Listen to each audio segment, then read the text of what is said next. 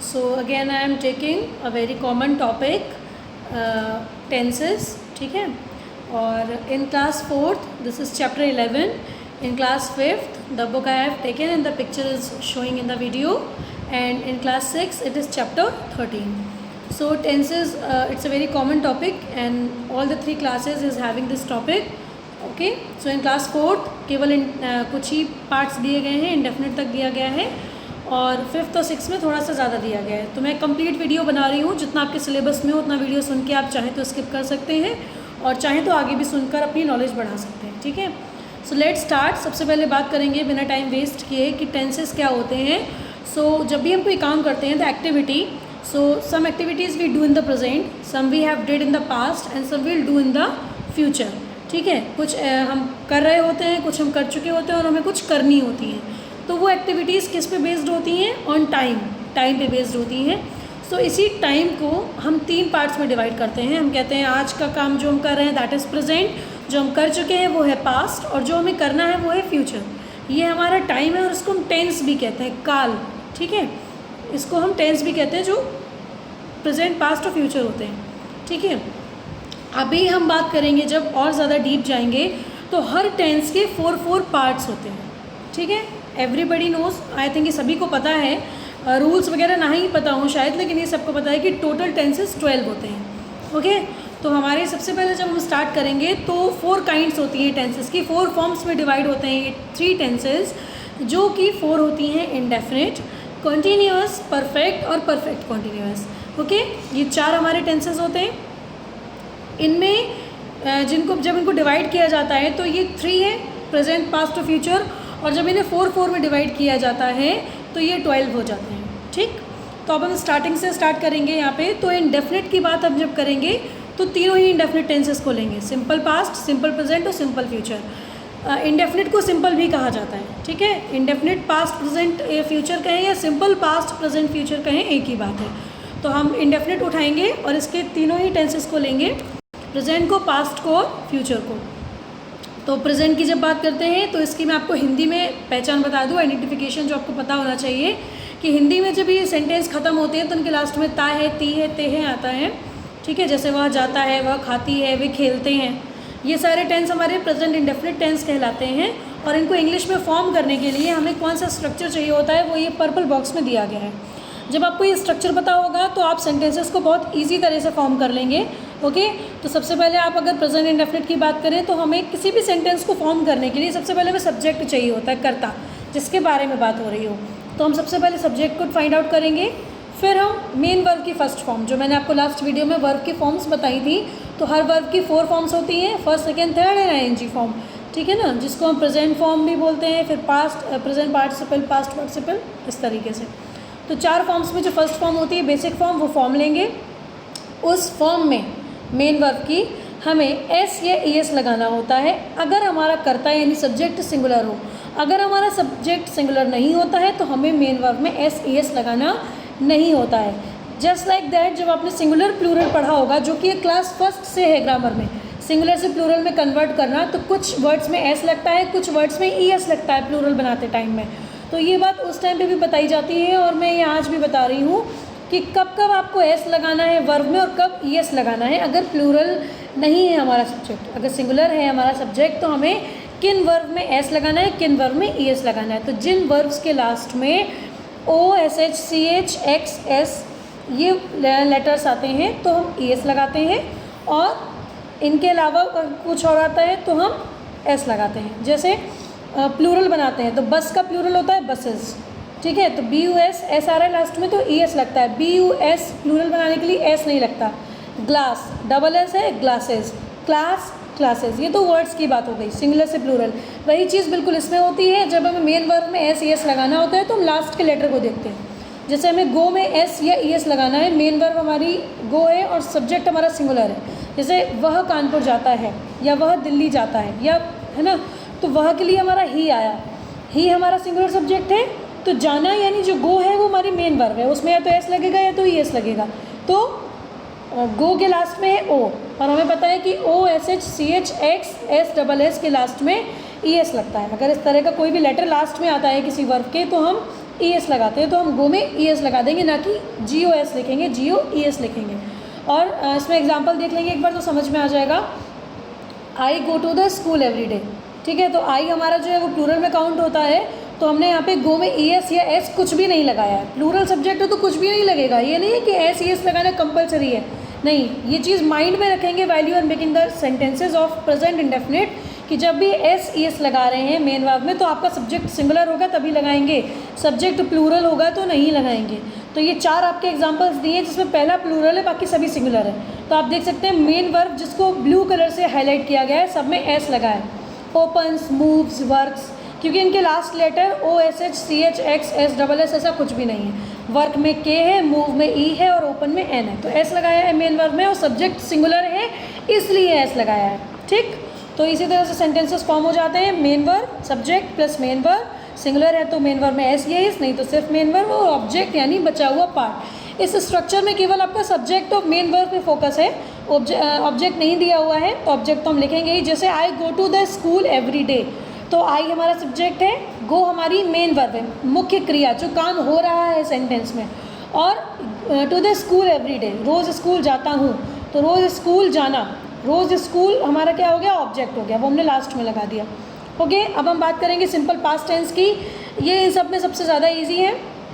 Okay, ये easy किस तरह से है कि इसमें जैसे आपको प्रेजेंट इंडेफिनिट में तो ये याद रखना पड़ता है कि एस या एस लगाना है मेन वर्ब की फर्स्ट फॉर्म में, लेकिन सिंपल पास्ट टेंस में आपको एस एस नहीं लगाना है, सीधा मेन वर्ब की सेकेंड फॉर्म। ये चीज़ याद रखेंगे, पूरे 12 टेंसेज में सिर्फ पास्ट इंडेफिनिट टेंस ऐसा है जिसमें मेन वर्ब की सेकेंड फॉर्म आती है, उसके अलावा किसी भी टेंस में मेन वर्ब की सेकेंड फॉर्म नहीं आती है। तो it is the easiest way to keep remembering it, कि आप याद रख सकते हैं इस चीज़ को कि केवल एक ऐसा टेंस है। कोई अगर आपसे पूछे कि कौन सा एक ऐसा टेंस है जिसमें मेन वर्ब की सेकेंड फॉर्म यूज़ होती है, तो वो सिर्फ और सिर्फ पास्ट इंडेफिनिट है। तो ये बहुत इजी रहता है। सब्जेक्ट फाइंड आउट किया हमने, उसके बाद मेन वर्ब की सेकंड फॉर्म रखी, डजंट मैटर सब्जेक्ट सिंगुलर है, प्लूरल है, आई है, वी है, यू है, कुछ भी हो, सब्जेक्ट होना चाहिए, मेन वर्ब की सेकंड फॉर्म ही आती है, उसके बाद हमारा ऑब्जेक्ट आता है। एग्जाम्पल देखेंगे, यहाँ पे दिया है ही लुक्ड हैप्पी, तो ही हमारा सब्जेक्ट है, लुक की सेकेंड फॉर्म यानी लुक्ड आ गई, और हैप्पी हमारा ऑब्जेक्ट हो गया। I woke up, wake up first form, woke up second form, I woke up early yesterday हमारा ऑब्जेक्ट है कि मैं कल जल्दी उठा, तो आई वोक अप, कल उठा तो अर्ली यस्टरडे।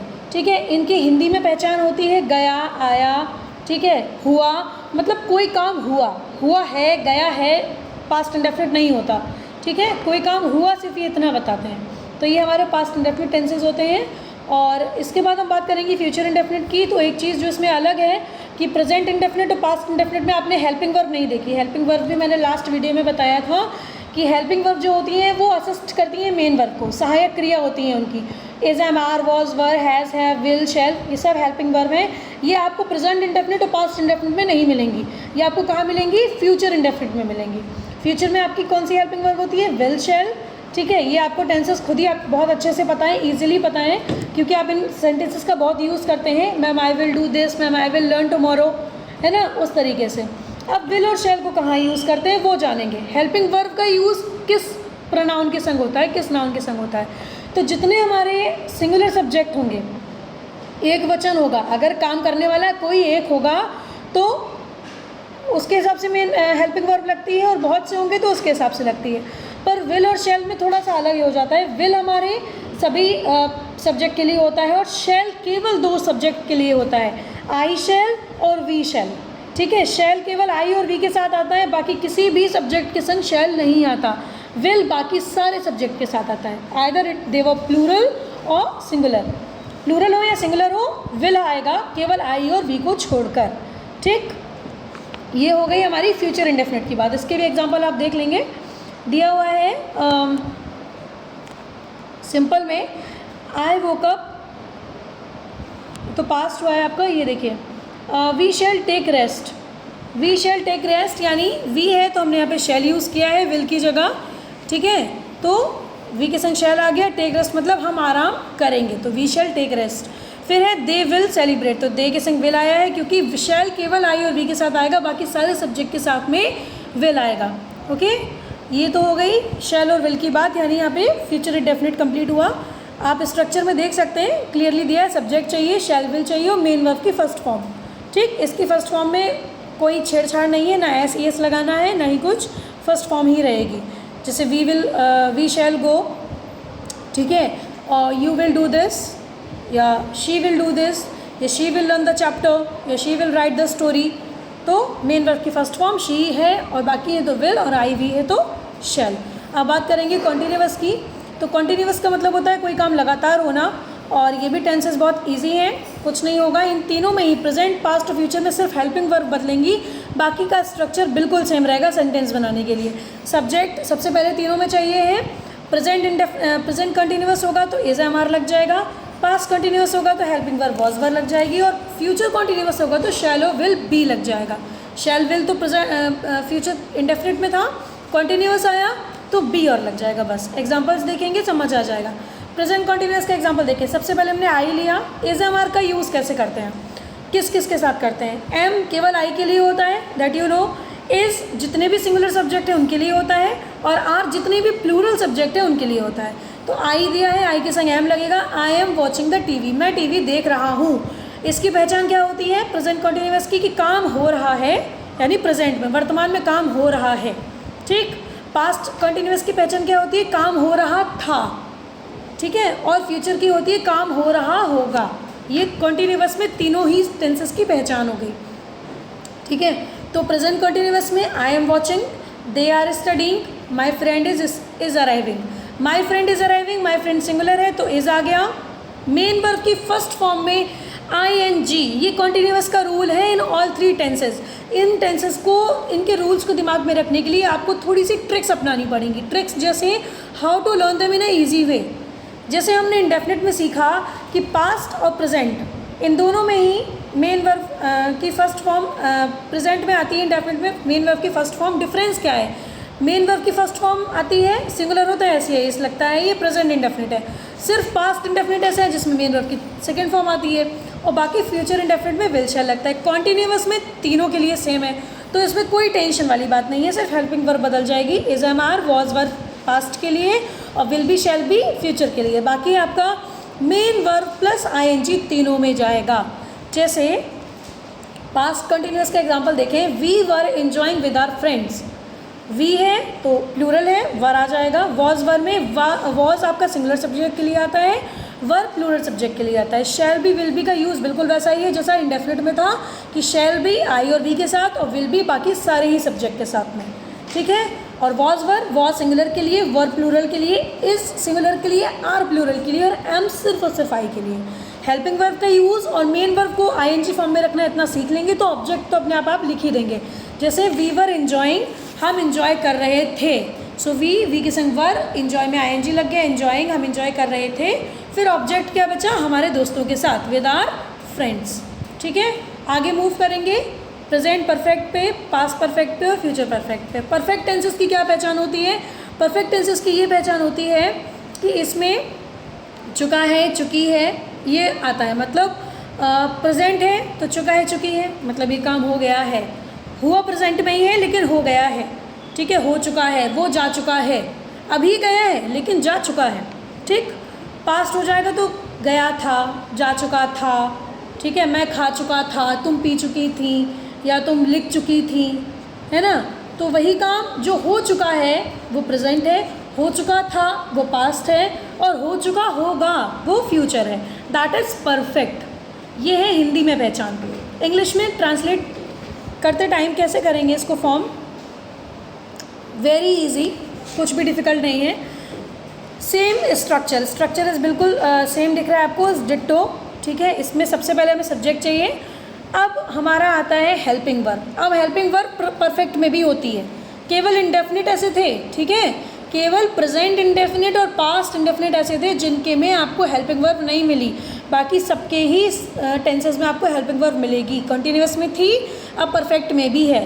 प्रेजेंट परफेक्ट की हेल्पिंग वर्ब होती है हैज़, हैव। पास्ट परफेक्ट की हेल्पिंग वर्ब होती है हैड, जो सबके साथ आती है। पास्ट बड़ा ही फ्रेंडली है सबके साथ, बड़ा ही फ्रेंडली टेंस है ये, कि जब आप इंडेफिनिट उसका बना रहे होते हैं तो आपको टेंशन नहीं लेने देता वो। कोई भी सब्जेक्ट हो आप सेकंड फॉर्म लगाते चले जाओ बड़े मज़े से। और वही चीज़ परफेक्ट में होती है उसके साथ। प्रेजेंट में बड़ा चक्कर होता है कि सिंगुलर सब्जेक्ट है तो हैज़ लगाएंगे, प्लूरल सब्जेक्ट है तो हैव लगाएंगे, लेकिन पास्ट आपको बड़ा ही ईजी वे देता है। आप हैड लगाओ, कोई सब्जेक्ट हो या प्लूरल, आप हैड लगाओ, हेड लगाते जाओ। आई है तो भी हेड लगाओ, यू है तो भी हेड लगाओ, दे है तो भी हेड लगाओ, बॉय है हेड लगेगा, बॉयज़ है हेड लगेगा। सब्जेक्ट सिंगुलर नंबर में हो या प्लूरल नंबर में हो, लगता हेड है। पर प्रेजेंट परफेक्ट में हैज़ लगता है सिंगुलर नंबर्स के साथ और हैव लगता है प्लूरल नंबर्स के साथ। तीनों में ही, प्रेजेंट में, फ्यूचर में और पास्ट में, मेन वर्ब की थर्ड फॉर्म आती है, थर्ड फॉर्म।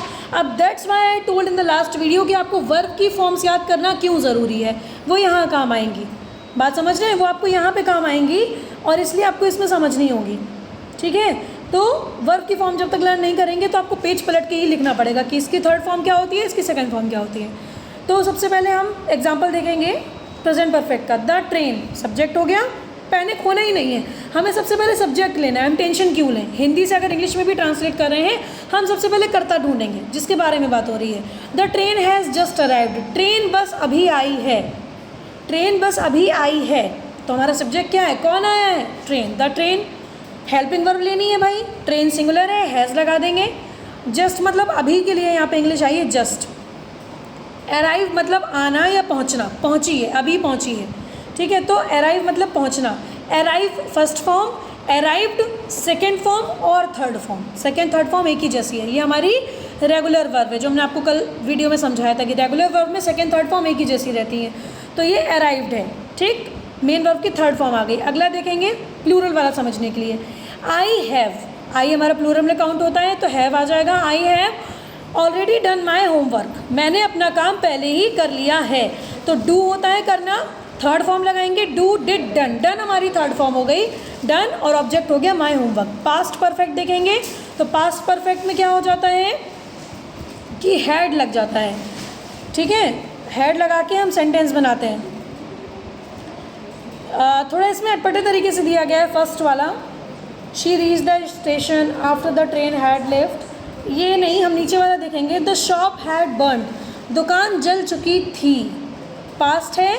द शॉप, दुकान सब्जेक्ट हो गया, दुकान एक है तो हैड, एक हो या कोई भी हो, पास्ट में तो हैड लगाना है। हैड बर्न, बर्न माने जलना, third form burn. The shop had burned, आगे का हमारा सेंटेंस है। Before the fire brigade came, fire brigade के आने से पहले शॉप जल चुकी थी, तो before the fire brigade came, main हो गया the shop had burn. Future में क्या हो जाता है, विल और शैल तो रहेगा ही, साथ साथ हैव लग जाता है, विल हैव, शैल हैव, ठीक। हैव लगता है दोनों में, आई वी के संग यूज़ करेंगे तो I shall have, we shall have, और बाकी सबके संग you will have, she will have, he will have, कोई नाउन कोई प्रोनाउन कुछ भी हो। ये शैल और विल लास्ट तक हर टेंस में कंटिन्यूअस हो, परफेक्ट हो, परफेक्ट कंटिन्यूअस हो, ऐसे ही काम करते हैं। शैल आई वी के लिए होता है, चाहे वो शैल बी विल बी हो, शैल है विल है वो, शैल विल हो, और विल बाकी सबके लिए, ठीक। उसके बाद मेन वर्ब की थर्ड फॉर्म, इसमें आप कंफ्यूज हो सकते हैं, स्ट्रक्चर में दिया गया पास्ट पार्टिसिपल फॉर्म, पढ़ा था हमने। पास्ट पार्टिसिपल फॉर्म का मतलब मेन वर्ब की थर्ड फॉर्म। हम अपनी इजी लैंग्वेज में ही चलेंगे क्योंकि हम हमेशा ऐसे ही समझते आए हैं, मेन वर्ब की first form, second form, third form, खत्म का। अगर आप पास्ट पार्टिसिपल, प्रेजेंट पार्टिसिपल करके याद करेंगे तो आप बिल्कुल कंफ्यूज हो जाएंगे और आप रॉन्ग फॉर्म लिख देंगे वहाँ पे। So do not go with the structure जो इसमें दिया है, उसके संग जाके पैनिक होने की ज़रूरत नहीं है। पास्ट पार्टिसिपल फॉर्म का मतलब मेन वर्ब की थर्ड फॉर्म, तो आप स्ट्रक्चर समझ सकते हैं। और क्लास 6 आपके लिए मैं ट्रांसलेट वेल में अलग से स्ट्रक्चर्स बना के आपको दिखाऊंगी इन द वीडियो, तो आप उससे समझ लेंगे। और क्लास 5 आपके लिए भी इतना सफिशिएंट है, अगले क्लास में जब आप आएंगे तब के लिए आपको हो जाएगा, कोई दिक्कत नहीं है। तो फॉर्म करना आ गया, कुछ भी नहीं चेंज होता है। सब्जेक्ट रहता है, हैज़ हैव हैड तीन होती है main helping verb, has have present के लिए, हैड पास्ट के लिए, और फ्यूचर के लिए will have shall have main verb की थर्ड फॉर्म, और उसके बाद आगे का सेंटेंस फॉर्म हो जाता है। अब हम बात करेंगे प्रेजेंट परफेक्ट कॉन्टिन्यूअस टेंसेस की, जो सिर्फ क्लास 6 के लिए है। यहाँ पे 4th और 5th में प्रेजेंट परफेक्ट कॉन्टिन्यूअस नहीं दिए हैं, पास्ट परफेक्ट कॉन्टिन्यूअस नहीं दिए हैं, फ्यूचर परफेक्ट कॉन्टिन्यूअस भी नहीं दिए हैं। तो 4th और 5th के स्टूडेंट चाहें तो अभी इसको स्किप कर दें, क्योंकि आई नो कि एक ही वीडियो में सारे टेंसेस का आ जाना समझने में थोड़ा मुश्किल होगा, ठीक है। तो आप थोड़ा सा स्किप कर सकते हैं। क्लास 6 आपको ये समझना होगा because it is in your book. तो आपके में पूरे 12 टेंसेस दिए हैं। परफेक्ट कॉन्टिन्यूअस को समझेंगे तो यहाँ पर इसकी पहचान होती है, काम हो रहा है, ठीक है। हो रहा है मतलब परफेक्ट भी है, कॉन्टिन्यूस भी है, मतलब हुआ करता था या हो रहा था। तो इसमें आपको कंफ्यूज इसलिए नहीं होना है कि होता आ रहा है कोई काम, तो उसके लिए पास्ट हो जाएगा, हो रहा है तो प्रेजेंट हो जाएगा, फ्यूचर है तो हो रहा होगा। तो परफेक्ट कॉन्टिन्यूस की जब हम बात करते हैं तो यहाँ पे हमारी हेल्पिंग वर्ब वही रहती हैं, परफेक्ट में और कॉन्टिन्यूस में मिक्स हो गया। परफेक्ट और कॉन्टिन्यूस मतलब कॉन्टिन्यूस में आपने क्या पढ़ा था, मेन वर्ब में आईएनजी फॉर्म पढ़ी थी, है ना। और परफेक्ट में आपने क्या पढ़ा है, हेल्पिंग वर्ब क्या पढ़ी है, has, have, had, will have और शैल हैव। तो उनको समझो मिक्स कर देना है और हमारा परफेक्ट कॉन्टिन्यूस टेंस तैयार है। ठीक है, कैसे कर देना है, प्रेजेंट परफेक्ट कॉन्टिन्यूस बनाएंगे। हमारी प्रेजेंट परफेक्ट में हेल्पिंग वर्ब थी हैज़, हैव, उनको ले लिया, उनको वैसा ही यूज़ करना है जैसा हम परफेक्ट में कर रहे थे, सिंगुलर के संग हैज़, प्लूरल के साथ हैव। और एक चीज़ क्या लग जाती है, वो होती है बीन लग जाता है, BEEN, क्लास 6 BEEN लग जाता है हेल्पिंग वर्ब में। हैज़, हैव, हैड वही रहती है परफेक्ट वाली, लेकिन चूंकि ये कंटिन्यूअस है तो बीन लग जाएगा। काम लगातार होता पाया जा रहा है तो बीन लग गया, BEEN, प्रेजेंट में भी और पास्ट में भी, has been, have been, had been. ठीक, ये आपकी प्रेजेंट या परफेक्ट कॉन्टिन्यूअस की हेल्पिंग वर्ब है। हैज़, हैव, हैड तो बीन और लग गया। अब कॉन्टिन्यूअस है तो मेन वर्ब क्या हमारी फर्स्ट फॉर्म सेकंड फॉर्म होगी, कॉन्टिन्यूअस मतलब काम का लगातार होना, तो यानी मेन वर्ब में आईएनजी लग जाता है। परफेक्ट कॉन्टिन्यूअस टेंस में either it is of present और पास्ट और फ्यूचर, मेन वर्ब में आईएनजी लगता है। देखिए टेंसेस को ईजिली समझने के लिए उनके रूल्स में जो कॉमन है उसे पहले कैच करो, जो कॉमन है वो पहले कैच करो। जैसे हमने क्या कैच किया कि भाई मेन वर्ब में आईएनजी तीन टेंसेस में आएगी, तो हमें तीनों में से कोई सा भी टेंस बनाना पड़े, हम मेन वर्ब में कंफ्यूज नहीं होने वाले कि हमें भाई परफेक्ट कॉन्टिन्यूअस चाहे प्रेजेंट का दे दो चाहे पास्ट का दे दो, हमें पता है मेन वर्ब में आईएनजी लगेगी। कॉमन चीज़ को पहले कैचअप करो। कॉमन चीज़ को जब आप पहले कैचअप करोगे तो आपके दिमाग में वो एक टिक जैसा करेगा कि नहीं ये तो तीनों में सेम है, ये तो याद ही नहीं करना। ठीक सेम और क्या है, टेंसेस में सेम कॉमन जो होता है उसको कैच करो। जैसे हमने परफेक्ट और परफेक्ट कॉन्टिन्यूअस में क्या सेम पकड़ा, has, have, had. Present perfect में भी था, पास्ट परफेक्ट में भी था और परफेक्ट कॉन्टिन्यूअस में भी है। अलग क्या है, बीन। परफेक्ट कॉन्टिन्यूअस में जो अलग है उसको अलग रखो, जो कॉमन है उसको पहले कैच कर लो, has been, have been, had been. ठीक, मेन वर्ब में आईएनजी लगा दिया, रेस्ट पार्ट लिख दिया, हमारा सेंटेंस बन गया। जैसे प्रेजेंट परफेक्ट का एक एग्जांपल देख लीजिए, इट हमारा सिंगुलर है तो हैज़ आएगा, बीन लगेगा, इट हैज़ बीन रेनिंग, बारिश हो रही है तो रेन हमारी मेन वर्ब है, बारिश होना यानी रेन, और आईएनजी लग गया तो रेनिंग। और उसके बाद आगे जो ऑब्जेक्ट है कि कब से हो रही है, 8 बजे से हो रही है, सिंस 8 PM। सिंस और फॉर का इसमें यूज़ होता है टाइम के लिए। ठीक है, उसके बाद आपका है पास्ट में हैड लग गया तो जोहरा, कोई भी सब्जेक्ट तो हमारा हैड लगेगा, बीन लग गया, हैड बीन। उसके बाद प्रैक्टिस हमारी मेन वर्ब है, आईएनजी फॉर्म आएगी परफेक्ट कॉन्टिन्यूअस में प्रैक्टिसिंग। उसके बाद योगा फॉर मैनी ईयर्स, कई सालों से योगा की प्रैक्टिस कर रही है। तो परफेक्ट कॉन्टिन्यूअस का हिंदी में आपको सीधे से मतलब बताऊं तो ऐसा समय जिसमें काम एक लंबे समय से होता चला आ रहा है या होता चला आ रहा था या होता चला आ रहा होगा। अब बात समझ में आई कि हमने क्या क्या जाना, इंडेफिनिट में वो टेंसेस होते हैं जिनमें काम हो रहा होता है, ठीक, या हो चुका भी नहीं, हो गया, तुरंत हो गया, मतलब उसमें टाइम नहीं लगा।